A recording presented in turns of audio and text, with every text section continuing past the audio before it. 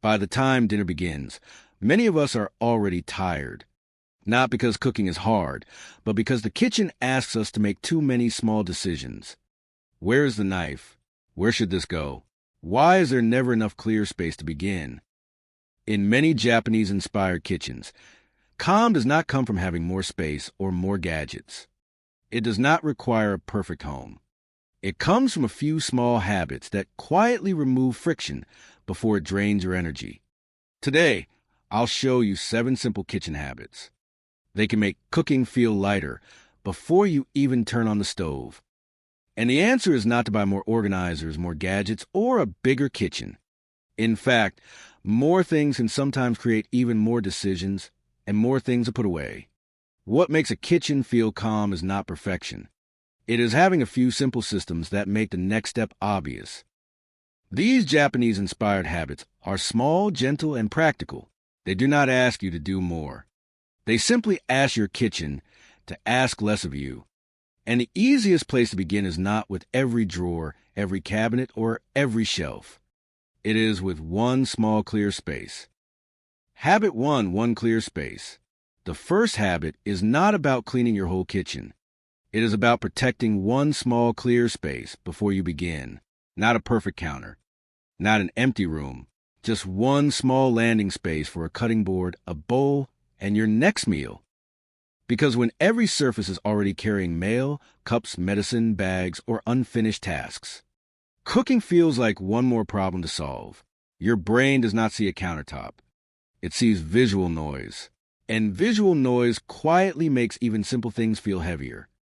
In Keiko's kitchen, the space is not large. But one part of the counter stays available for food and only food. Before she starts, she does not clean the kitchen. She simply returns a few things that do not belong there. A cup goes to the sink. The mail goes to a small tray. A bag goes back to its hook. And suddenly, there is room to begin. Not because the kitchen became perfect, but because the first step became easy. Habit 2, keep essentials close. And once you have a place to begin, the next question becomes simple. How often do you have to leave that space to find what you need? A knife, a cutting board, salt, oil, a towel. These are the small things we reach for again and again. When they are scattered across different drawers and cabinets, cooking gets interrupted. It becomes a series of tiny interruptions. You stop chopping to search for oil. You open 3 drawers for a spoon. You turn around, bend down, and lose your rhythm. It may only take a few seconds each time, but by the end of the meal, those small interruptions add up. They can make cooking feel much heavier than it needs to. In many Japanese-inspired kitchens, the most used things are kept close. They are placed right where they are actually used. Not displayed everywhere, not crowded on the counter, simply placed within one easy reach. Keiko keeps her everyday knife, board, seasoning, and kitchen towel close to her prep area. Everything else can stay tucked away. The goal is not to make your kitchen look styled. The goal is to make the next step feel obvious. For 1 week, notice what you reach for 3 times during a meal. Those are the things that deserve a closer home. Because a calm kitchen is not one where everything is visible. It is one where the things you need are easy to find. And once the things you need are close by, you can take the next step. There is one more way to stop dinner from spreading across every surface. Habit 3. Reset as you go. Once dinner is contained in one small area, something else becomes easier to notice. You can clearly see which tools are already finished. The bowl you use for scraps. The spoon you measured with. The knife that has already done its work. Many of us leave them there until the meal is over. We do this because stopping to clean can feel like one more demand. But this is not about cleaning constantly or keeping your sink perfect while you cook.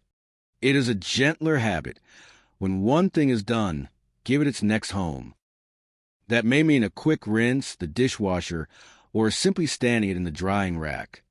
In Keiko's kitchen, a finished tool does not stay on the counter. It does not wait to become part of a larger pile.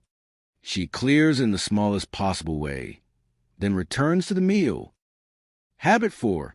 choose the lightest tool. By the time dinner is ready, the kitchen has not become perfect. It has simply not become overwhelming. And sometimes the easiest way to create less mess is to begin with less than you think you need. Sometimes the mess begins before the cooking even does. Not because the meal is complicated, but because we reach for tools that are bigger than the task. A large cutting board for one lemon, a heavy bowl for a handful of herbs, a full-size pan for one small portion. Each choice seems small, but larger tools take up more space and create more washing. They make a simple meal feel like a much bigger project.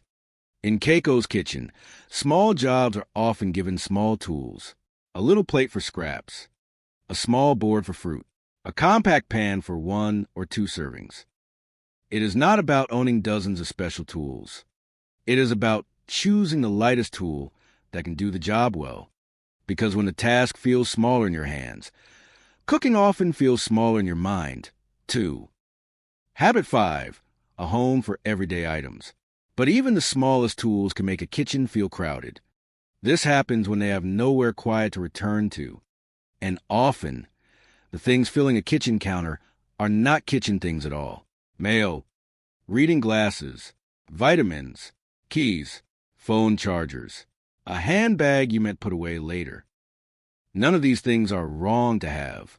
But when they all land in the same place, the kitchen begins carrying the weight of the whole day. In many calm Japanese-inspired homes, everyday items are given a specific spot. They have a simple, predictable place to return to, not hidden perfectly, not organized in a complicated system, just given one quiet home. A small tray for mail, a basket near the entry for a bag. Use a drawer or shelf for the things you reach for every morning. Keiko does not ask her kitchen counter to hold unfinished errands, reminders, and decisions. She lets it remain a place for food and care. And when the counter carries less of your life, cooking begins to feel less crowded, too. Habit 6, the closing ritual. And after a kitchen has carried you through a meal, there is one final habit. This helps it feel kind to you again tomorrow. After dinner, it is easy to look at the kitchen and think, I'll deal with this tomorrow. And some nights, tomorrow really is the right answer. You do not need to force yourself into a full cleanup when you are already tired. But a calm kitchen does not need a perfect ending. It only needs a small closing ritual. Before Keiko leaves the kitchen, she gives herself about 2 minutes to do 3 gentle things. First, she clears one small section of the counter. Not all of it, just enough space for tomorrow to begin. Then, she returns the things that already have a home. She puts away the oil, the towel, the small tray, and the finished tools. And finally, she leaves the sink a little easier for the morning. A quick rinse, a bowl in the dishwasher, one pan soaking if needed. The goal is not to wake up to a spotless kitchen. It is to wake up without feeling behind. A small ending at night can create a much softer beginning tomorrow. A lighter place to begin.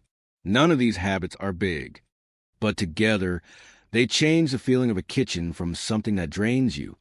They turn it into a place that quietly supports you. You do not need a larger kitchen. You do not need a new set of organizers. And you do not need to become someone who loves cleaning. You only need to notice the small moments that make cooking feel heavier than it has to be. One clear space, a few daily tools within reach. Less spreading, less searching, less waiting for a perfect time to reset. Choose just one of these habits this week. Not to make your kitchen look better for anyone else, but to make it feel gentler for you. Give yourself a lighter place to begin tomorrow.